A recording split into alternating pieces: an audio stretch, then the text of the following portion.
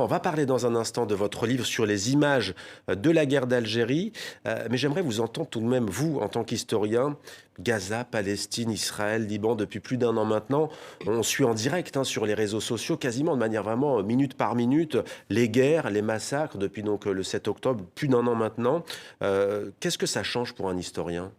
Ça change beaucoup de choses parce qu'il y a pas seulement le fait des images qui arrivent en continu, mais c'est les chaînes d'information en continu. C'est-à-dire qu'elles ont besoin sans cesse d'avoir des images. Un peu comme des monstres qui ont besoin sans cesse de se nourrir d'images qui arrivent sans vérification de provenance. Et donc la désinformation, par conséquent, nous guette à chaque instant. On peut les vérifier, ces images. On peut les vérifier, mais elles arrivent tellement vite, elles nous submergent tellement que dans le fond, il n'y a pas le temps, il n'y a pas la temporalité de distance nécessaire qui permettrait effectivement de les analyser, etc. Et donc ça brouille la perception qu'on peut avoir dans le rapport à l'histoire, c'est évident. C'est que le trop-plein en fait, d'images donne cette impression d'absence, en fait, fondamentalement, parce qu'on a l'impression de tout connaître, tout savoir. En fait, on ne sait rien. Le temps médiatique n'est pas celui de l'historien, si l'on peut dire. En tout cas, vous, depuis plus de 30 ans, vous travaillez sur la mémoire visuelle de la guerre d'Algérie au fil des films de fiction et documentaires auxquels vous avez contribué. Le passage à l'image pour l'écriture de l'histoire est-il un moyen efficace d'approcher une vérité ? Cette question, elle est au cœur de votre livre. Est-ce efficace, alors ? J'allais presque dire que c'est devenu quasiment obligatoire pour un historien. C'est-à-dire que quand j'ai commencé à travailler sur cette histoire dans les années 70-80, c'était l'écrit, fondamentalement. Le livre, l'écrit, les archives écrites, bien entendu. Les photos, plus que un petit peu la plus vidéo. les photos, mais au fur et à mesure, dans les années 90 et surtout les années 2000, là on a été enseveli par les images et les historiens se devaient de relever ce défi des images et de ne pas rester enfermés dans une espèce de tour académique essentiellement replié sur l'écrit, mais d'essayer de comprendre, disons, la fabrication des images. C'est pour ça que je me suis lancé dans la fabrication, y compris de documentaires. Il y a un certain nombre que j'ai fait avec des réalisateurs dont malheureusement certains sont décédés, comme Jean-Michel Meurice, par exemple, avec qui j'avais fait un documentaire qui s'appelle Notre Histoire, où on avait croisé mon histoire personnelle en 1962 avec la sienne, puisqu'il était jeune appelé en Algérie en 62, et qui avait été diffusé sur Arte en 2012.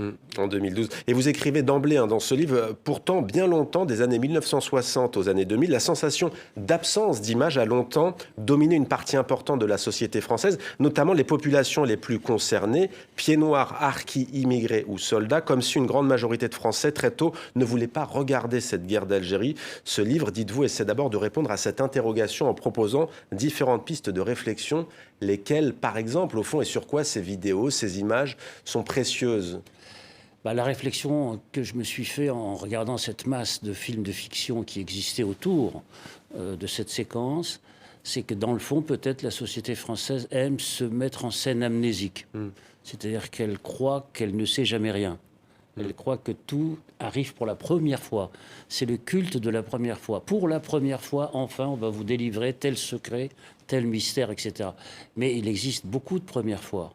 Et cette mise en scène de l'amnésie, c'est une façon, dans le fond, de ne pas regarder la réalité, c'est-à-dire de ne pas regarder la guerre et de ne pas regarder la responsabilité qu'on peut avoir dans cette guerre. C'est surtout ça, la question. Mais cette amnésie, elle existe aussi. Mais cette volonté aussi, parfois, de ne pas raconter, elle existe chez les premiers concernés, les descendants d'immigrés. C'est-à-dire, c'est plus... Oui, bien sûr, parce qu'il y a une difficulté les descendants d'immigrés aussi. qui veulent savoir, mais les parents n'ont pas toujours tout raconté, n'ont pas raconté les affres de la guerre. Il y a une difficulté aussi de ceux qui ont été confrontés, eux, directement à cette histoire, de ne pas vouloir aussi regarder cette histoire.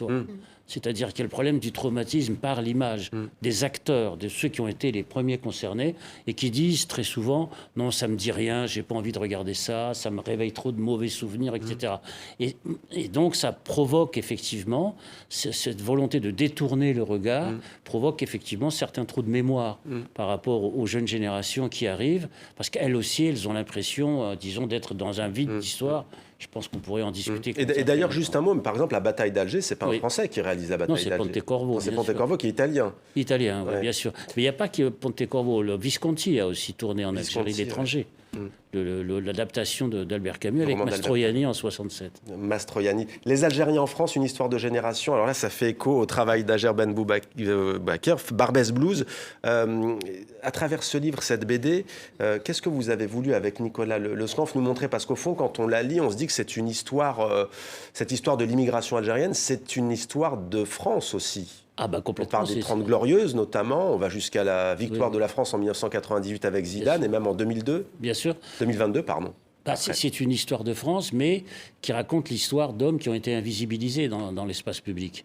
Parce que précisément les Algériens, pendant très longtemps, n'avaient pas le, entre guillemets, statut d'Algérien. Ils n'étaient pas français, parce qu'ils n'avaient pas la citoyenneté française en Algérie coloniale, et ils n'étaient pas non plus des étrangers. C'est-à-dire comme des Espagnols, des Italiens, des Marocains ou des Tunisiens. Alors qu'est-ce qu'ils étaient? Alors des Nord-Africains, enfin il y avait toute une série de termes pour les renvoyer à leur indigénat en fait fondamentalement.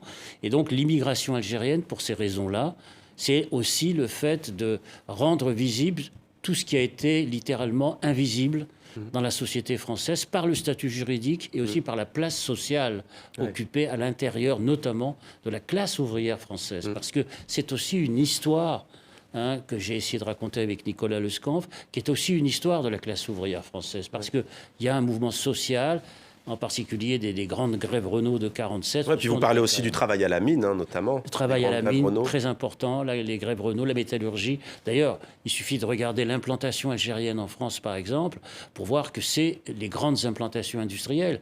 La région parisienne, la région lyonnaise, la région de l'Est de la France, ce sont les grandes régions d'expansion industrielle des années 30 aux années 50, bien entendu. Ouais. Est-ce que vous, Benjamin Stora, né à Constantine, dans une famille juive algérienne, est-ce que vous sentez appartenir à cette immigration algérienne?